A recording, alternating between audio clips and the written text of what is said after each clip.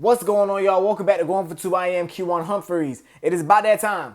The NBA Finals are officially upon us. They tip off tomorrow night, 8:30 Eastern Standard Time, up in Oklahoma City. Game one of the NBA Finals. And I wanted to come on here and kind of break down the matchup and give my thoughts on who I think is going to win the NBA championship. Now, before I dive into who's going to win the NBA championship, my prediction who's going to win the NBA Finals, I want to do a little bit of history. I want to look at both of these teams. Both of these teams, homegrown teams. Both of these teams are teams that did not trade for these solidified, bona fide superstars. They did not try to buy championships. They did not try to buy success in the free agency by signing these top 10, top 5 level superstars and decimating their roster to get these players. They made smart moves. Both of these GMs, both of these front offices made very smart moves. Let's talk about the Indiana Pacers first. The Indiana Pacers, a couple years ago, they traded away Domantas Sabonis and somebody else. I want to say it was Domantas Sabonis. No, they traded Domantas Sabonis and got back in that trade Buddy Hield and Tyrese Haliburton, and there were other stuff in that package, of course, but those were the main components of the trade. Tyrese Haliburton was drafted 12th overall. The draft right before that, they brought him over. Cool. We know what he's emerged into. He's been great. They've drafted well along with that. Added a point guard that they needed. Added that point guard to their squad to eventually, I guess, make things kind of work. Last season, they traded for Pascal Siakam. Pascal Siakam, I believe he was traded here to be the man. And in some aspect, he kind of is. He is the leading scorer. He's going to be the guy who's going to score the most points on the team. He won Eastern Conference Finals MVP last year, and he worked really well with their scheme. Their scheme was a running gun, and Pascal Siakam was actually my very first video. The Pascal Siakam trade was my very first video on YouTube, so it's actually crazy how full circle this thing kind of happens. But he was an elite. He is elite in the transition, and they brought him over, and he's been a perfect fit ever since then. Along with other moves, like bringing in Obi Toppin, going and getting TJ McConnell, just different moves over the years that have ultimately led into this moment. Benedict Mathurin was a great draft pick, even though he hasn't played too much this playoff run, he was a great pickup as well. The Nembhard, trading for Neesmith, just a bunch of different moves that played a big part into this team getting to where it is today. OKC, we know OKC's story. OKC traded away Paul George. I'm going to get into that a little bit later. Traded away Paul George. Got an absolute hardback headline by Shai Gilgeous, SGA, Alexander. And he's emerged to be one of the top 5 players in the NBA. And along with him, they've added a bunch of draft capital. Draft capital that turned into Jalen Williams and other players that it has turned into. Now they have a superstar, a young core, and a bunch of draft picks that they can do whatever they want to do with moving forward. Now, Paul George. I said in my last video talking about how the Pacers are going to the finals. Paul George he's a big reason why this is happening. Paul George was traded from the Pacers to the Thunder. The Thunder traded away Oladipo and Sabonis to the Pacers to get Paul George. Of course, that trade eventually turns into Tyrese Haliburton. And as I just said, the Clippers traded away Shai Gilgeous and all them draft picks for Paul George to make this Thunder team. So now that we got the history out of the way, let's talk about what is right now. And of course, it would be really easy for me to just look in the camera and just say, I'm going OKC. I believe OKC is going to win this series and why. But I wanted to do my due diligence for y'all. I want to do my due diligence for y'all and really for my channel and for the people that really support. And I really wanted to give just not a quick prediction. I wanted to do research and watch film and do other things and really break down as to why I think this team or that team is going to win the NBA championship. Let's talk about how these two teams are made up first off. Lead guard, a bunch of guys that are going to play around him. Tyrese Haliburton, second lead leader in assists. We know what he brings to the table. He's averaging, I want to say he averages 18 and 10 over the course of the regular season. He's the mastermind, not the mastermind, but the quarterback of this offense, of this dynamic offense. Everything kind of runs through him. Like I say, he's not going to score the most points, but off of a made basket, he's at the 3-point line. When he catches that 3-point line on the run, it's just chaos. And it's a controlled chaos. I saw LeBron say that in the Mind the Game podcast with Steve Nash. It's a controlled chaos that the Pacers run. And the way they play, it's almost unguardable. Because it's hard to, they're thinking 2 times as fast as defense. When you make a basket, you kind of jogging back on defense, chilling. No, but the Pacers, they're right at you. Before the guy that laid the ball up is at half court, they're coming back on offense. I mean, you can lay the ball up, and then, you lay the ball, you jogging back with defense. Obi Toppin, Andrew Nembhard, Pascal Siakam, they're scoring right as you cross half court to get back on defense. That's how fast this team plays. And you can see all through the playoffs, that has been an issue for every single team they face. It was an issue for the Bucks. It was an issue for the Cavs. It was an issue for the Knicks. And I'm concerned if that's going to be an issue for the Oklahoma City Thunder. OKC has the defenders. They have the pieces to defend. But how are they going to play at that speed? Now OKC, I'm not gonna discredit OKC. OKC might be the one team that can't play with them. OKC's a team that can play any style. They can play big. They can play small. They can play fast. They can play the half court. That's how they play. I think this is just a perfect matchup between the best offense in the NBA and the best defense in the NBA. And what does it really come down to me? What does the finals come down to? It's going to come down to me, not SGA, not Tyrese Halliburton. We know we're going to get from them. We know we're going to get SGA a couple 30 balls, maybe even a 40 ball in this series. We know we're going to get Tyrese Halliburton. We may get a couple crazy games for Halliburton in the points and the assists. But to me, it's about those other guards for both of these teams. Let's talk about it. For the Pacers, you got, or maybe not other guards, but for the Pacers, you got Andrew Nembhard and Aaron Nesmith.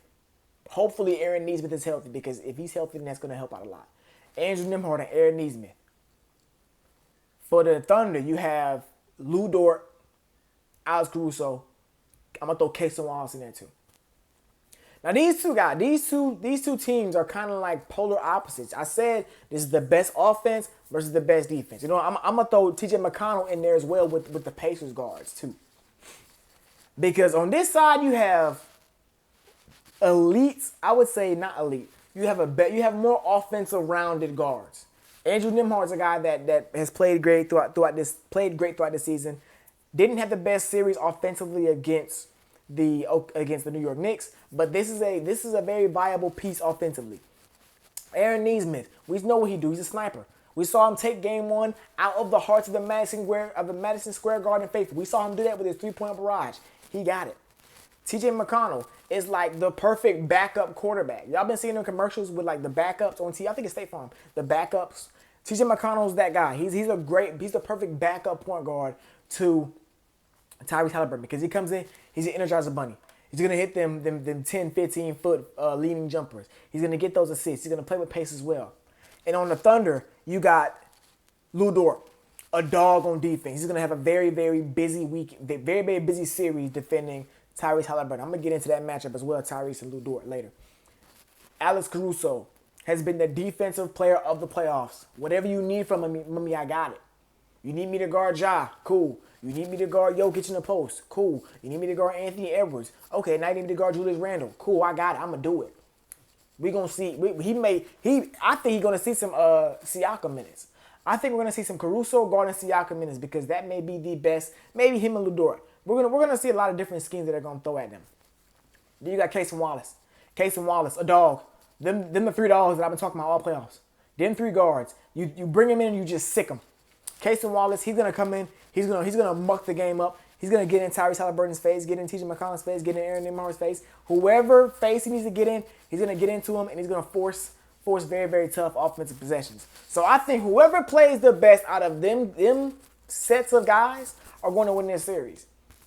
You know what I'm saying? Because Aaron Nesmith and Andrew Nembhard are the lead defenders for the Pacers as well. They're going to take the task of defending Shai Alexander. Andrew Nembhard played probably the best defense I've seen on Jalen Brunson in this playoffs in Game 6 of the last series. We got to see him defend Shai Alexander in this series as well.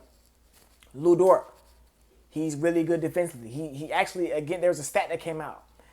over the 122 possessions that Lou Dort defended Tyrese Halliburton this year, Halliburton has only taken 10 shots and he's only scored 8 points. My goodness, might be a tough series for the Indiana Pacers. This might be a tough series for them. If he gonna be on him like that, this might be a tough series. But that is why Nembhard and Neesmith are very important, because they can play with the ball as well. They can create shots, or Nembhard can create shots as well. Lou Dort, he's got to shoot the ball well. He's gonna have to shoot the ball well. Caruso's gonna shoot the ball well, and Casey Wall's gonna shoot the ball well, because that's the big thing for OKC. They don't have the most perimeter shooting. They can't hit the ball, but that's what you want them. You want them to shoot as many threes as possible. That way you can stop them getting into the lane, stop Shea from getting to the basket, make them shoot threes. If they're hitting shots, good Lord, everyone's in trouble.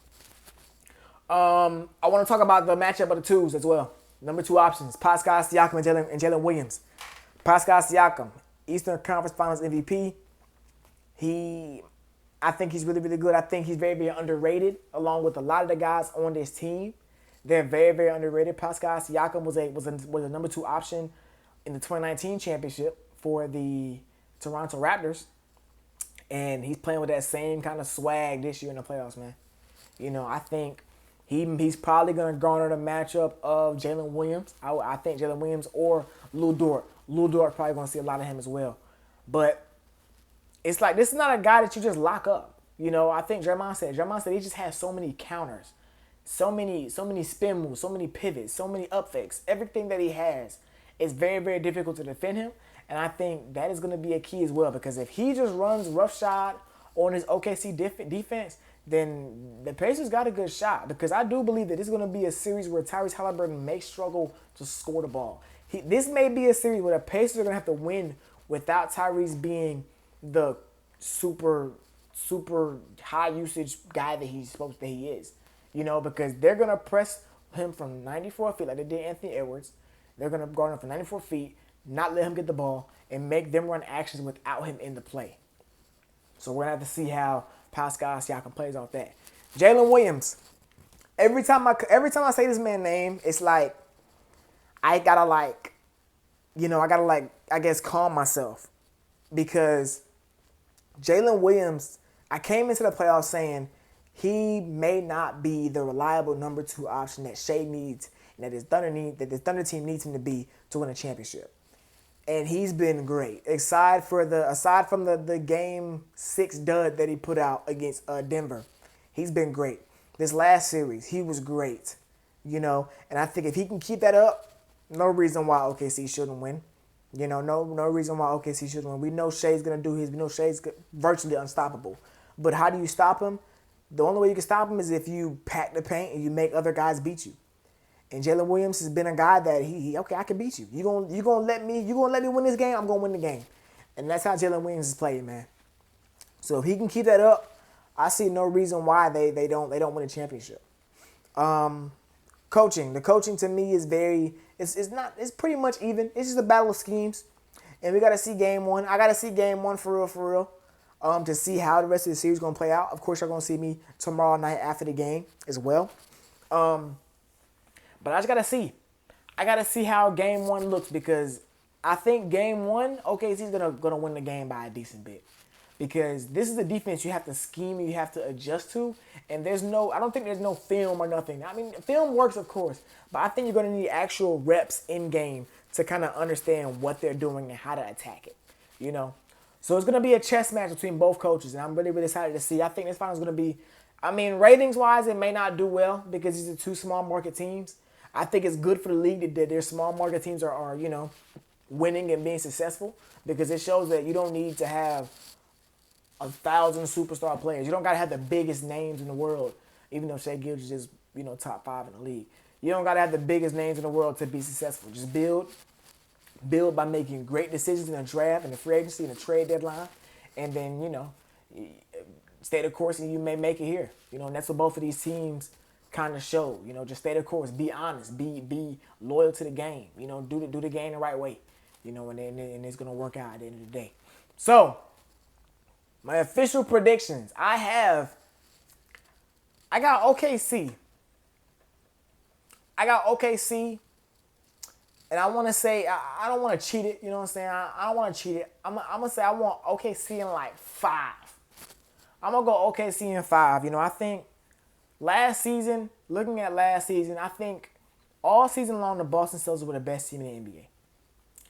And we did not want to, well, me and other people that I talked to, a lot of y'all maybe too.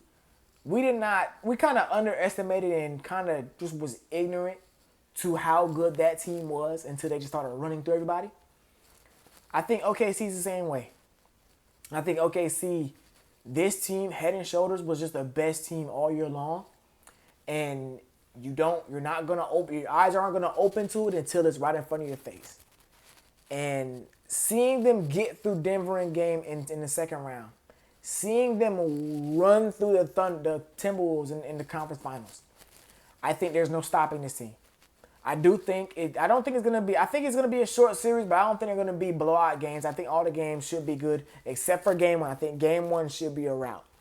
But after that, it's gonna be back and forth, and then it's gonna come down to just finishing the game. I think the Thunder their defense is gonna help them win a lot more games, or win a decent bit of these games. So I got OKC in 5. I got SGA Finals MVP, of course. Let me know in the comment section who you got. Who you got winning the finals? Who you think gonna stand out? Who's gonna be the biggest? I would say the biggest impact in the finals as well. Let me know. Like, comment, subscribe, share what y'all folks going for too. We are out of here. Yeah.